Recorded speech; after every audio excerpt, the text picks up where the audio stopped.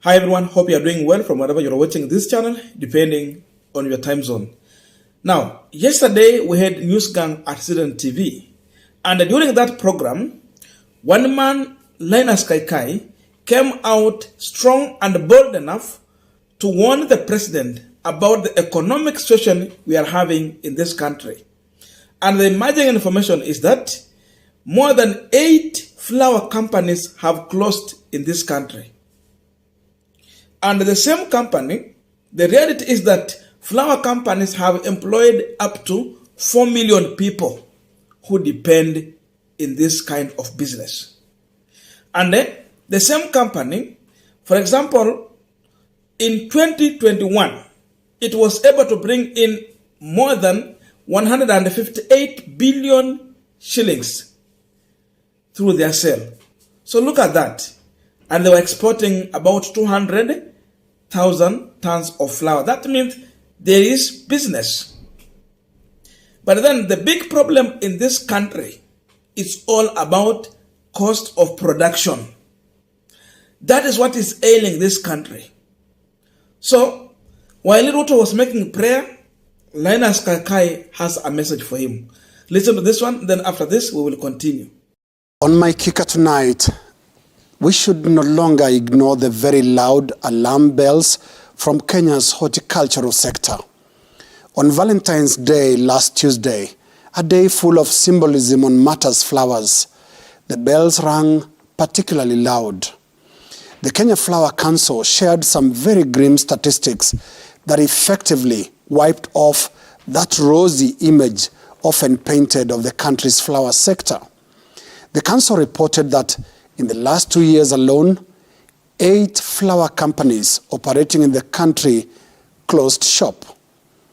Each of the 8 cited the high cost of doing business as the reason for folding up. They simply could not cope with the cost of doing business in Kenya. For a sector that accounts for over 4 million jobs, closure of one company should cause alarm, and closure of 8 should be considered a crisis of very serious proportions. This especially because the warning by the Kenya Flower Council that even more flower firms could join the list of those closing shop. For some time now, horticulture has enjoyed a place of pride in Kenya's export charts. Currently, Kenyan exports, according to the Kenya Flower Council CEO Clement Tulezi, account for over 40% of flowers consumed in Europe. Earnings in the horticultural sector rose to 158 billion Kenya shillings in 2021, the country having exported over 200,000 tons of flowers. But proverbially, roses come with thorns. The Flower Council reports that growers in the sector pay a minimum of 45 levies every year. Yes, 45 levies. Then there is the cost of freight that literally prices Kenya out in a region it ought to lead and dominate. While the cost of freight per kilo in Ethiopia is just $1.5, the cost of freight in Kenya is virtually double at $2.9. The freight charges in Tanzania stand at $2.2, making Kenya the most expensive country when it comes to the cost of freight. Additionally, the Flower Council laments that exporters in the sector are owed up to 7 years in VAT refund arrears to the tune of 15 billion Kenya shillings. VAT refunds aside, the one consistent message from the Kenya Flower Council is that the cost of doing business in Kenya can be unbearable. Now we are continuing with our panel discussion, but just a quick request for those who are watching and you're not subscribed, please consider subscribing. To our channel subscribers, I must say thank you so much, and again to all our viewers, please give this video a thumbs up. Thank you, and back to this discussion. Now you have heard the message clear that out of the flowers exported to Europe, 40% is coming from Kenya. So just imagine what the country is going to lose. Look at that. And you understand when you do export, definitely export is the one that will boost the value of the shilling. Because then this business is done through dollar. So it means when they sell, they are being paid through dollars. And that's how the Kenyan shilling can be boosted. Remember, we have had several complaints about the reservation of dollar in Kenya going down, and that's why shilling has been losing value. So this was one of the key sector that was helping to keep the shilling up there. But now, inaenda kuteremka ile ajabu. Another sector is the Kenyans who are working outside the country. Wale wenye wako in those other countries, be it in Europe, be it in Gulf, everywhere. So if you remove these two, I think the value of Kenyan shilling inaenda kuanza compete na ile ya Uganda na Tanzania. That is where we are heading to. But then the big question we are asking on this punchline is William Samoei Ruto to offer solution to this problem? That's a big question. But seemingly, looking on how the president is acting and his deputy, together with his cabinet, there's no any sign of relief, no plan. These companies are going to close. More of them are going to shift to other countries. The reason is that whenever we have a problem here, we have a president who has become a priest who calls for prayer. That is the only thing he can offer. No solution. He only wants to collect taxes, then offer prayer. It does not matter how you get the money.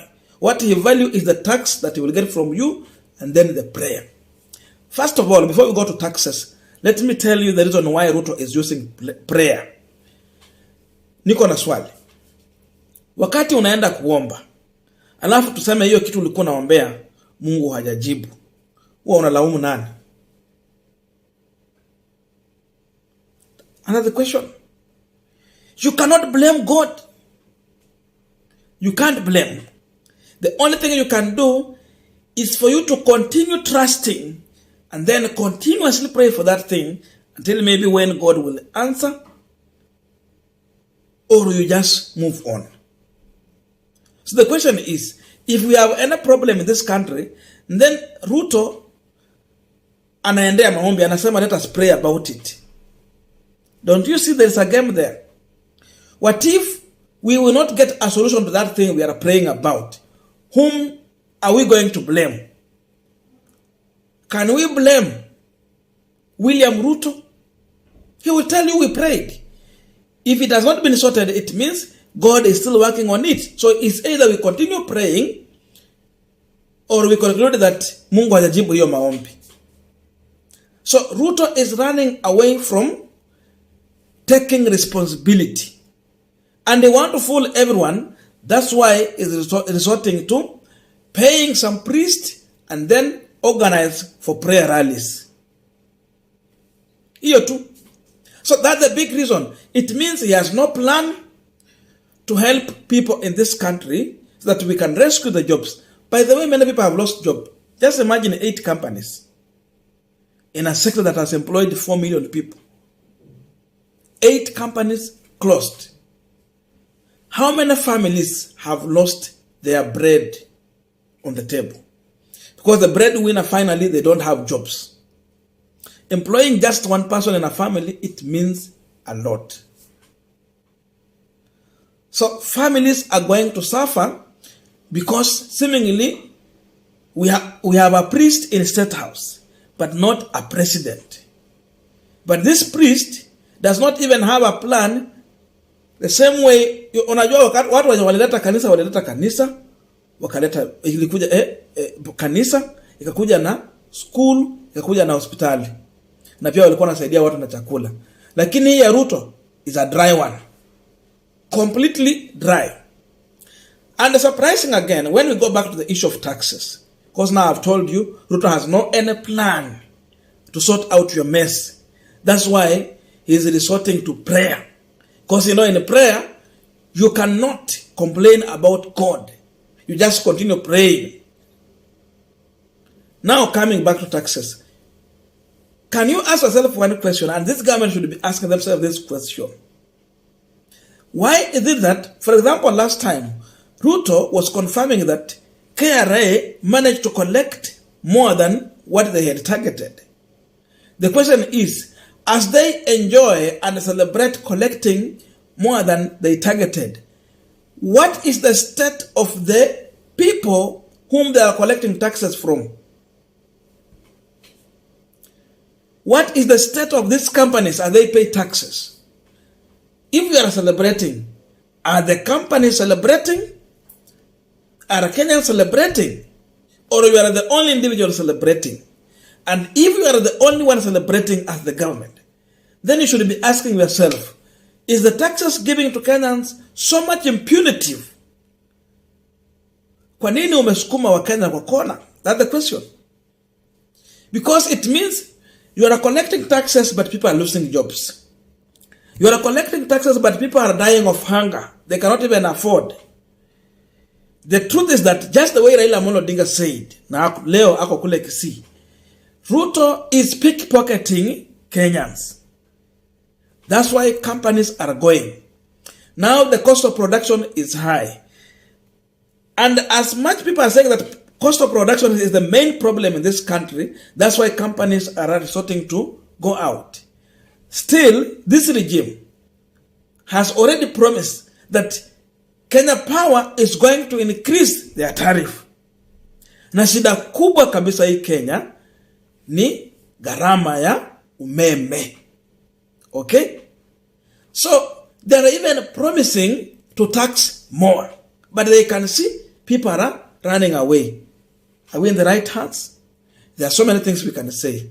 But let us leave this discussion from there so that we can continue in the comment section.